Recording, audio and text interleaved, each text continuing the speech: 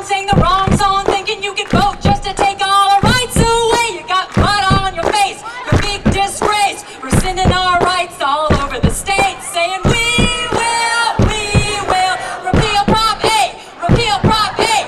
We will repeal Prop 8, repeal Prop 8. People, we are strong, we can fight wrong, fighting for our rights, gonna take on the world this way. We are keeping the faith, we'll win this race, waving our banners all over the state, singing we will repeal Prop 8, repeal Prop 8. We will repeal Prop 8, repeal Prop 8. Dear mother, thank you for you. This is the Bible Belt of California, and no one would have believed that this past year we stood up for our rights. We found our visibility and we found our voice. And without our voice, we allow others to speak and act on our behalf.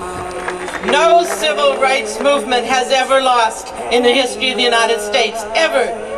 We have 5 states on board.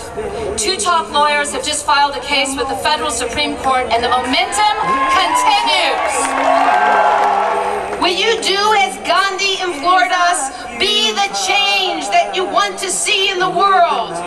Ask not what your country can do for you, but ask what you can do for your country. But gay soldiers are slapped in the face and said, don't ask, don't tell. Well, I know that asking doesn't work. I'm not asking anymore. I'm telling. I am telling.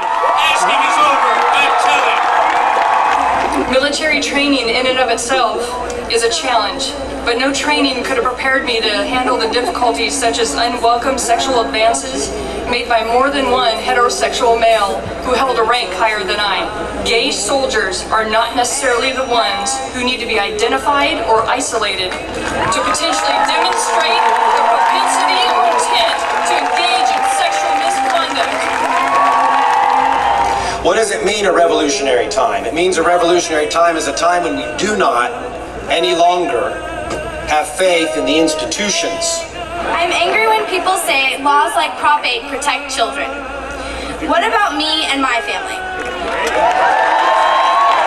Before we can get married, we have to survive in high school. Even today, gay and lesbian kids are 4 times more likely to commit suicide than their straight brothers and sisters, and 9 times more if they come from an unaccepting environment. Slurs like "that's so gay" are repeated countless times during the day and have a damaging effect on the youth around who hear it when teachers do not hold those students accountable. Because every year, LGBT students are committing suicide. LGBT students are victims of discrimination and harassment. And I know all too well the dire solutions that may have flashed through his or her head. We are the future of this movement, and we hold more power than we know. That we are not second-class citizens. Straight allies need to become more vocal and more active in this movement. My grandfather used to say, you can't champion equality for your own people when you tolerate discrimination against any other group of people because of who they are. And you and I both know that discrimination never stops until the people with the privilege stand up and say, no, we don't want to benefit at the exclusion of other people. Where he's needed the most. Whoa. Said he's going. But here's what I want to ask them today. All of those that are at home, that are opposed to equal marriage. How does it hurt you? He wrote, I can't hate for long. It's not worth it. Let that then be the message that goes out from Fresno this afternoon to the rest of the country. Don't hate for long. It's not worth it. It's not worth it. It's not worth it. We have to be compassionate. We have to understand that where they're coming from is a place of fear, maybe sometimes hate. Voters need to hear not just our rallies and our legal reasons, they need to hear our stories.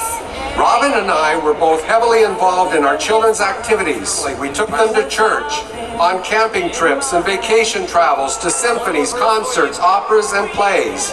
Yes, we lived a very normal life. How many of you are ready to go out and talk to at least 3, 4 other people this week alone? I was not going to stand for being a second-class citizen, and I sure as hell am not going to be a third-class citizen. In 1970, I sued the state of California for the right of marriage. They laughed me out of court. They're not laughing anymore. Not with us. No. We walked 15 miles. The pain that is in my feet, in my knees, and in my back is nothing compared to the pain of discrimination and injustice that you're going through now.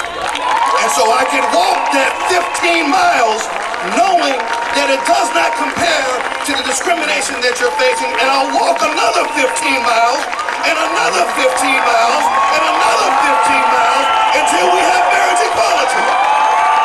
But if you can get a message to Barack Obama and Michelle Obama, I have something I'd like to say. And although I heard him say on election night that our community was part of his plan, my answer to that is show me you have the courage. Show me you have the courage to produce change. I believed in you. And now I'm asking you to prove it. We are going to take this campaign to Washington. We met in the middle. Next, we meet on the mall. It'll be